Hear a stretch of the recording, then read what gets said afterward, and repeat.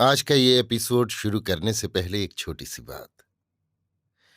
क्या आप भी अपना पॉडकास्ट बनाने की सोच रहे हैं? तो एंकर ट्राई कीजिए। ये पॉडकास्ट बनाने का सबसे आसान तरीका है। नंबर 1, ये फ्री है। नंबर 2, इसमें कई सारे ऐसे टूल्स हैं जो आपको अपने फोन और कंप्यूटर पर रिकॉर्ड और एडिट करने की फैसिलिटी देते हैं। नंबर 3, आप अपने पॉडकास्ट को डिस्ट्रीब्यूट भी कर सकते हैं, जिससे इसे स्पॉटिफाई और दूसरे प्लेटफॉर्म पर सुना जा सके। तो डाउनलोड कीजिए फ्री एंकर ऐप या विजिट कीजिए anchor.fm पर अपना पॉडकास्ट स्टार्ट करने के लिए। ये तो थी एक छोटी सी जानकारी, और अब शुरू करते हैं एपिसोड का सिलसिला। तो आज के एपिसोड में लीजिए सुनिए ओ हेनरी की लिखी कहानी ग्राहक, मेरी यानी समीर गोस्वामी की आवाज में। इस कहानी का एक और नाम दे सकते हैं, कैक्टस सिटी का खरीदार। ये तो यों कहिए कि टेक्सास प्रदेश में कैक्टस शहर के आसपास स्वास्थ्यप्रद वातावरण होने के कारण सर्दी जुकाम नहीं होता, वरना नवारो एंड प्लेट के वस्तु भंडार के सामने खांसना या छींकना कोई मामूली बात नहीं है। कैक्टस शहर के 20,000 लोग अपनी मनपसंद चीजों को खरीदने के लिए अपने चांदी के सिक्के खुले हाथों बिखेरते हैं। इस कीमती धातु का अधिकांश भाग नवारो एंड प्लेट की तिजोरी में जाता है। उनकी विशाल अट्टालिका का क्षेत्रफल इतना है कि उसमें कई दर्जन भीड़ें चर सकती हैं। आप वहां से सांप की केंचली सी नेकटाई, मोटरें और नवीनतम फैशन के $80 वाले औरतों के कोट 20 अलग अलग रंगों में खरीद सकते हैं। कोलोराडो नदी के पश्चिम की ओर के प्रदेशों में नवारो एंड फ्लैट ने ही सबसे पहले पैनी का सिक्का चलाया था। वे मवेशी पालने का धंधा करने वाले पक्के बनिए थे, जिन्होंने सोचा कि मुफ्त घास बंद हो जाने से दुनिया में कोई प्रलय नहीं हो जाएगा।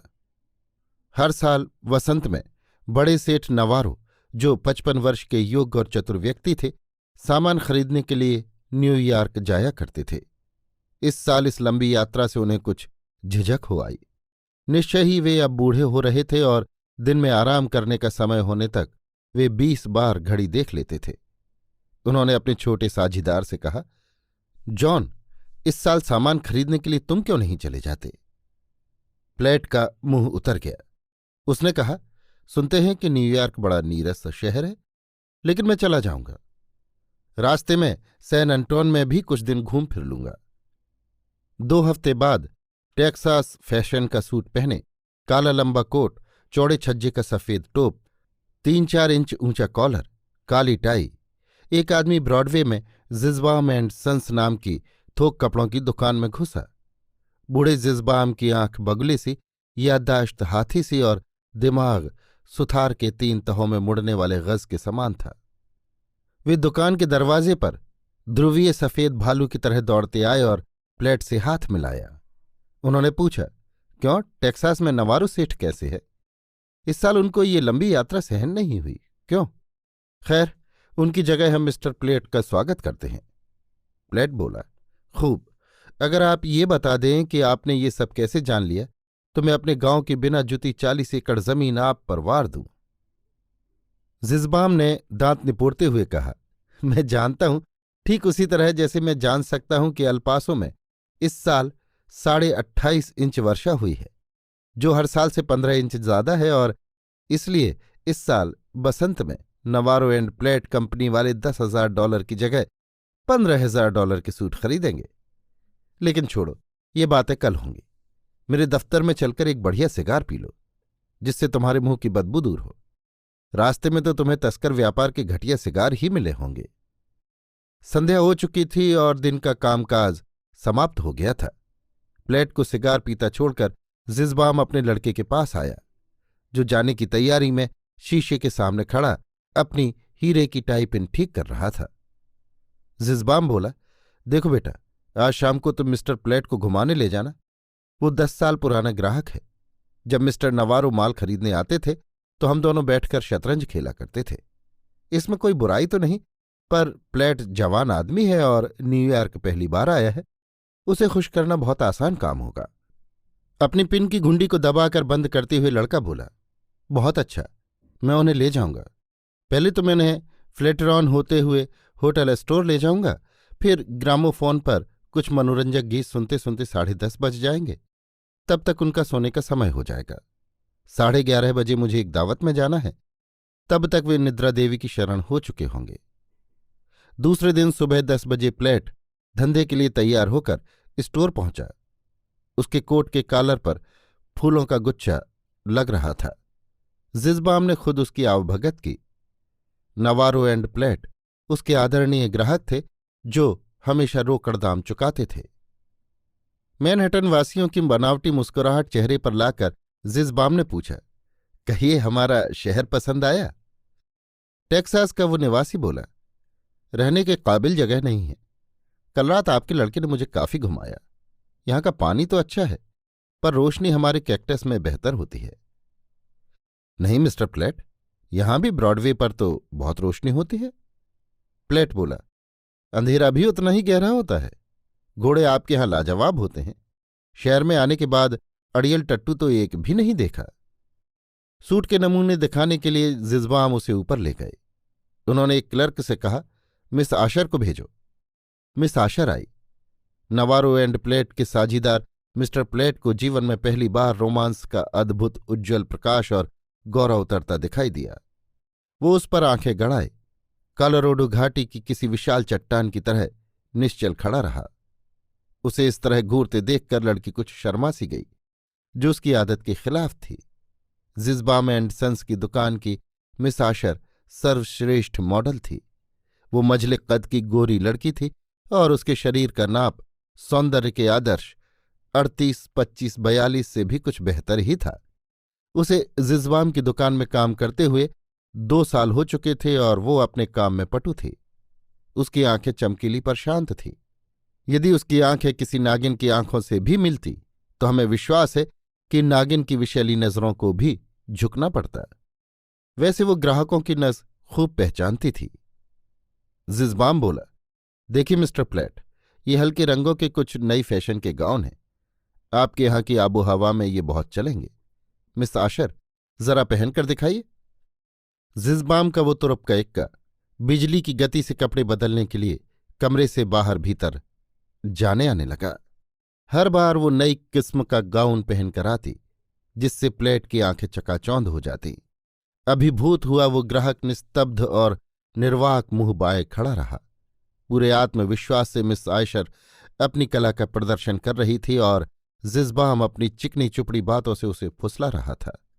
मिस आयशर के चेहरे पर एक हल्की सी व्यावसायिक मुस्कुराहट छाई हुई थी, जो उसकी थकान और तिरस्कार को ढकती हुई सी मालूम दे रही थी।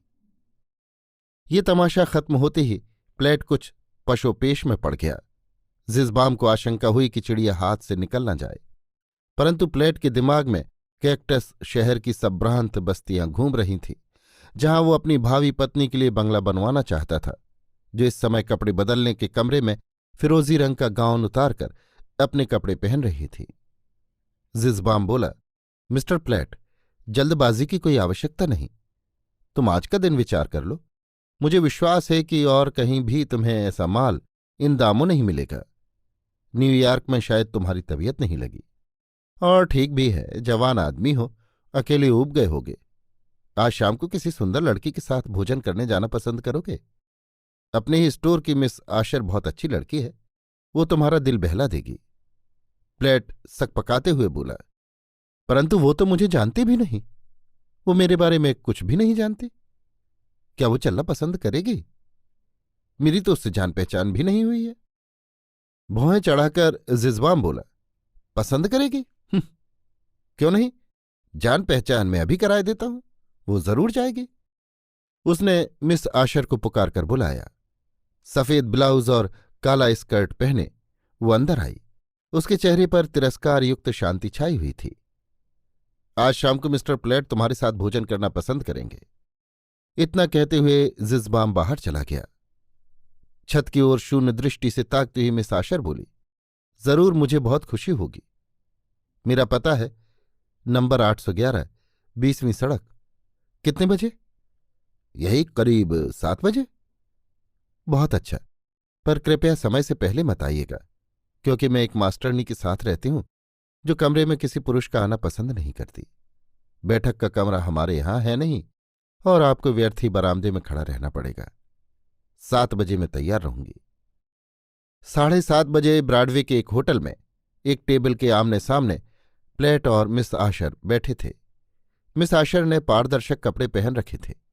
प्लेट को ये मालूम नहीं था कि ये भी उसके रोजमर्रा के काम का एक अंग था।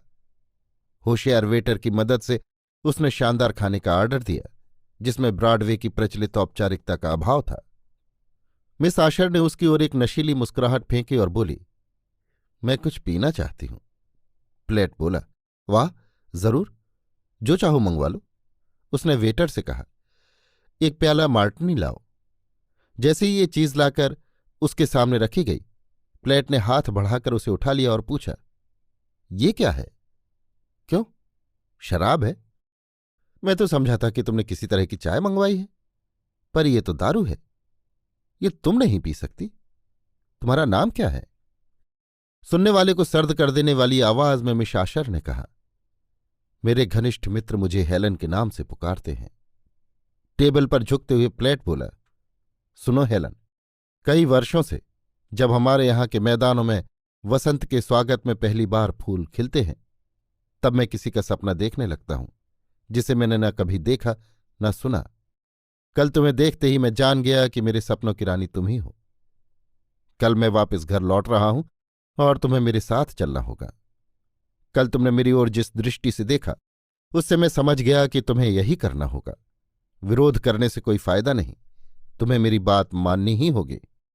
तुम्हारे लिए एक नाचीज सा उपहार लाया हूं जो मैंने आते आते खरीद लिया था। 2 कैरेट के हीरे की चमकदार अंगूठी उसने टेबल पर रख दी, पर मिस आशर ने अपने हाथ में पकड़े कांटे से उसे पीछे सरका दिया। वो सख्ती से बोली, मुझे ये छेड़खानी पसंद नहीं।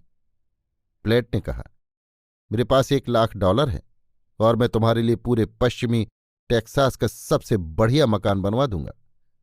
मिस आशर बोली, अच्छा, तो ग्राहक महाशय, आप मुझे खरीदने आए हैं? लाख तो क्या, आपके पास $10 करोड़ भी हों तो ये संभव नहीं। आप इस तरह पेश आओगे, ऐसा तो मैंने नहीं सोचा था। श्रीमान टेक्सास निवासी, मेरा ख्याल है कि अब अगर थोड़ी सी शराब मंगवा लें तो खाने में मजा आ जाए। नहीं नहीं, मैं तुम्हें शराब नहीं पीने दूंगा। ये बहुत बुरी बात है। कल सुबह मैं तुम्हें लेने आऊंगा। जाने से पहले हमें एक मोटर खरीदनी है। यहां से अब और कोई चीज ले जाने की आवश्यकता नहीं। मैंने कहा ना, बकवास बंद करो। मैं इस तरह की बातें सुनकर ऊब गई हूं। भोजन के बाद वे दोनों ब्रॉडवे के रास्ते से एक छोटे से बाग में पहुंचे। पेड़ों के एक झुरमुट के नीचे मुड़कर देखते ही प्लेट ने देखा कि मिस आशर की आंखें डबडबा आईं। वो बोला, क्यों, क्या बात है?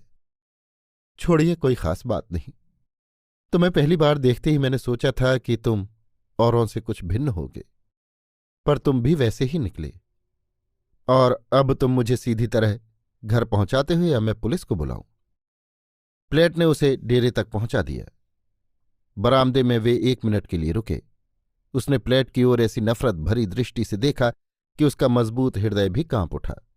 ज्यों ही उसने उसकी कमर में हाथ डाला, मिस आशर ने एक सनसनाता तमाचा उसके चेहरे पर जड़ दिया। वो घबराकर पीछे हटा। इतने में फर्श पर अंगूठी गिरने की आवाज आई। प्लेट ने अंधेरे में टटोलकर अंगूठी उठा ली। वो बोली, अब ये कूड़ा करकट उठाओ और चलते बनो। उस सोने के छल्ले को सहलाता हुआ वो टेक्सास निवासी बोला, देखो, तुम गलत समझ रही हो। ये तो हमारी शादी की अंगूठी है। उस झुटपुटे में मिस आशर की आंखों में एक जोत चमक उठी। क्या मतलब? प्लेट बोला, नमस्कार, कल सुबह स्टोर में मुलाकात होगी। मिस आशर भागकर अपने कमरे में पहुंची। सोती हुई मास्टरनी को झचकोर कर उसने बैठा दिया। मास्टरनी चिल्लाई, आग आग। मिस आशर बोली, आग वाग कुछ नहीं लगी। मैं एक बात पूछना चाहती थी। देखो एम्मा, तुमने भूगोल पढ़ी है, तुम जानती होगी ये कैरकास नामक शहर कहाँ है? मास्टरनी बोली, इतनी सी बात के लिए मुझे नींद से जगाने की तुम्हें हिम्मत कैसे हो गई? कैरकास शहर वेनेजुएला में है। कैसा है ये शहर? क्या खाक कैसा है? अधिकतर भूचाल और हबशी और लंगूर और मलेरिया और ज्वालामुखी। मिस आशर आनंद से बोली। कोई परवाह नहीं, मैं कल वहीं जा रही हूं। अभी आप सुन रहे थे ओ हेनरी की लिखी कहानी ग्राहक, मेरी यानी समीर गोस्वामी की आवाज में। इस कहानी का एक और नाम था कैक्टस शहर का खरीदार।